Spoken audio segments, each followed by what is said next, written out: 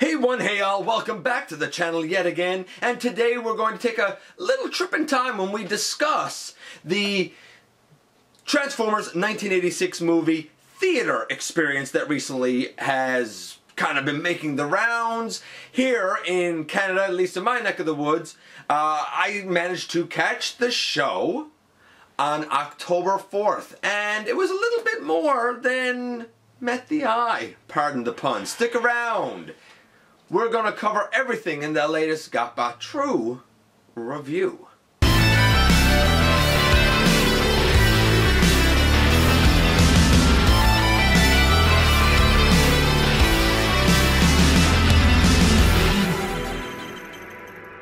Hey guys, welcome back to the channel. I'm your host, Dennis Moulton, aka GotBot. As always, please like, comment, share, and of course subscribe. It helps me out tremendously. Have a look at Machinery of Man, The Everything Factor, Transformers Collectors NL, and look for me everywhere. And we are going to be talking about the 86 movie, sort of.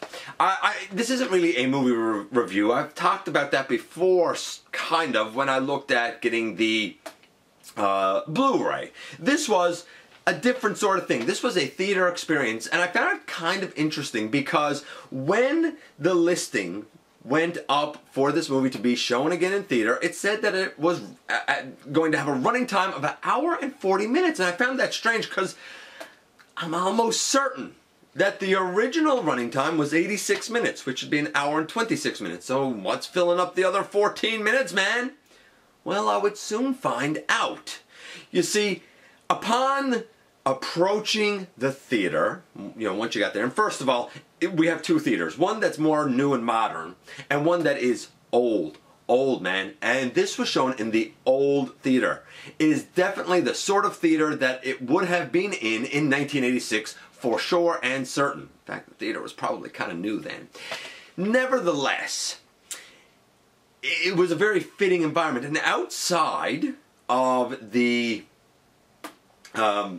door to the theater, I guess, was a bunch of posters. As a matter of fact,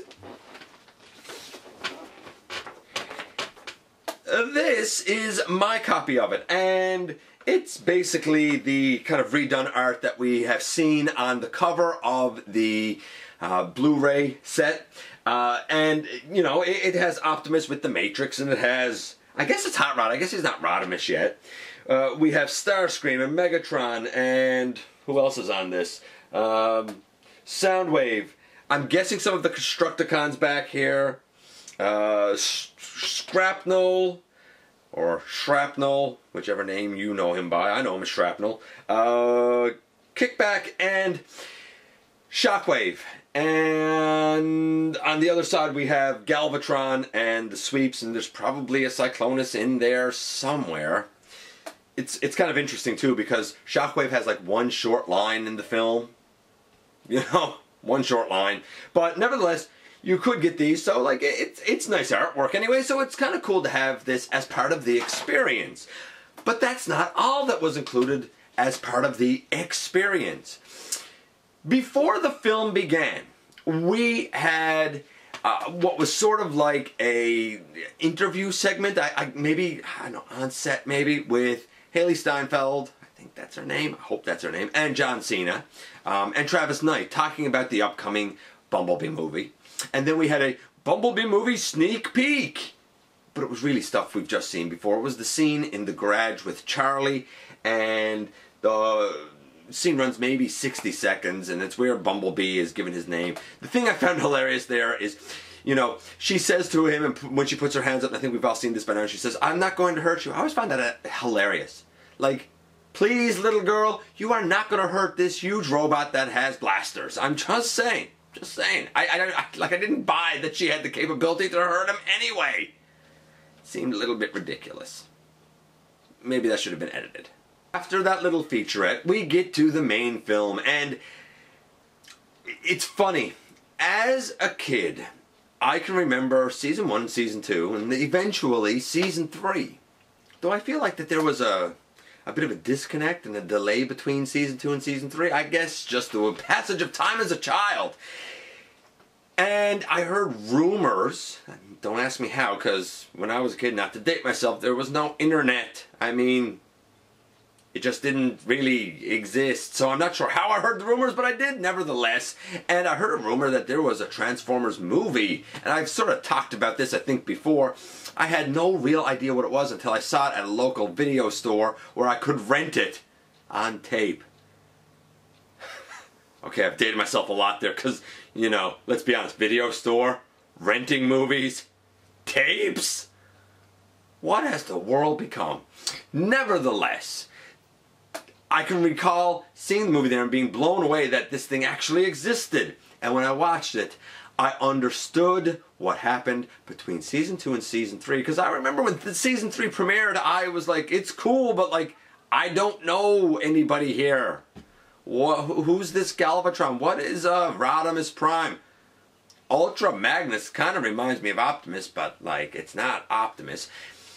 And the movie, when I finally saw it, sometime later, filled in those blanks, but I never did know of it in theater, and I certainly never saw it in theater, though I have heard the many stories, and like everybody else, seeing my heroes get vanquished was definitely a childhood trauma. No doubt about it. In fact, I think to this day, the only reason I'm alright with it is because I know, like, the return of Optimus Prime happens. I don't know if anything's ever going to get me over what happened to poor old Prowl.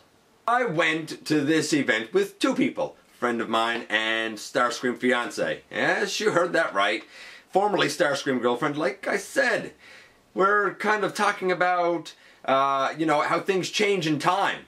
You always gotta be looking forward, even when the past is presented on screen. So, from henceforth, Starscream Girlfriend will be Starscream fiance. Thank you very much.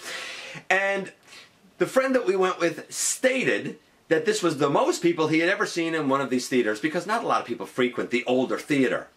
I think that says a lot. And I will say this, there were an awful lot of parents there with their young kids. It was wonderful to see such excitement from a younger generation of fan. What's this, 32 years later? I mean, it's fantastic to see. That being said, what I do find very, very interesting is that everybody complains about how the current kind of Bayverse is like just full of action and explosions while the story is Granted, the story here I think was better, but you know what? It sort of is what Transformers is. There's a lot of action and explosions in this one as well. It's just they're animated this time around and with the character models that we all know and love. The things that you've always known and loved are the things that you still know and love. The things that you don't like are still the things that you don't like. Case in point, the scene where the Dinobots and Cup and Hot Rod have been split up and they're on Quintessa, and we hear the first rhyme from Wheelie. As soon as that came out, Starscream fiance's immediate reaction was, oh no, not Wheelie. Even she knows how bad he is, man. Even she knows how bad he is. Everybody knows how bad Wheelie is. Nevertheless, I do find that I always find new story elements. Case in point, is Cyclonus Bombshell or is he Skywarp? I've always been of the camp that said, hey, he's Skywarp. But this time I actually watched that scene very closely in anticipation of it coming up. And unless I saw it incorrectly, as Unicron, the late great Orson Welles is giving that classic line of Cyclonus and his armada. As he says the name Cyclonus, that is the exact moment when Bombshell reformats into Cyclonus. And when he says and his armada, that's the exact point where Skywarp becomes, I assume, and his armada. Do I know which one actually became Cyclonus? No, but right now I sort of almost feel like the evidence points to Bombshell. And I'm as astounded to say that as you are to hear it from me. And of course, some things never change. I still think that Hot Rod is responsible for the passing of Optimus Prime. Yes, the argument indeed could be made that, hey, Optimus had those rib injuries anyway. And maybe during his exchange of words with Megatron, when Megatron reached for that blaster, perhaps Megatron would have succeeded in still blasting Optimus. Of course, perhaps Optimus would have stopped the talking and just blasted Megatron. But that opportunity was taken away because of Hot Rod. Some people have said, Even if the blast hadn't happened, Prime probably wouldn't have pulled through anyway. Who knows for sure, but I don't know. I get why people are fans of Hot Rod. It was a nice story arc, him becoming Rodimus Prime. But I don't know if I can ever quite forgive him, because I've always been of that camp. Hey, you know, Hot Rod did it, man. Now, granted, he feels guilty about it, so I guess I sort of respect him for that much, at least. There were a few oohs and ahs. Some people, sometimes I even heard, saying the lines along. How could you not? They're so classic. I'm sure that there were people in there who could have done the entire film, word for word. I also found it interesting when we're near the end of the film and we're inside the body of Unicron, to which Starscream Fiance had this reaction. This is like the worst field trip with Miss Frizzle ever. For those of you not familiar with the character of Miss Frizzle, she's from the Magic School Bus, man, where they always go on these freaky field trips. And I gotta say, if you took a field trip inside the body of Unicron, that probably would be the worst field trip ever. So we had the featurette before about the Bumblebee movie. We had the actual film itself, which is just fun. We had the poster, but we're not done yet. No, because as the credits rolled, I noticed that the lights in the theater did not come up. Interesting. And that's because after the fact, there's another featurette, a bit of an interview with Stan Bush, and a performance of both The Touch and Dare. And I'm gonna say this, though I've known both songs for years, I've only ever heard them either on this specific movie or on some other movie or show where there's always been talking over it. This was the first time I ever heard in my life these two songs performed just as the songs, with no speaking over them at all. It was almost a little bit surreal that I've known these songs for so long, but I've never heard them in full ever until now.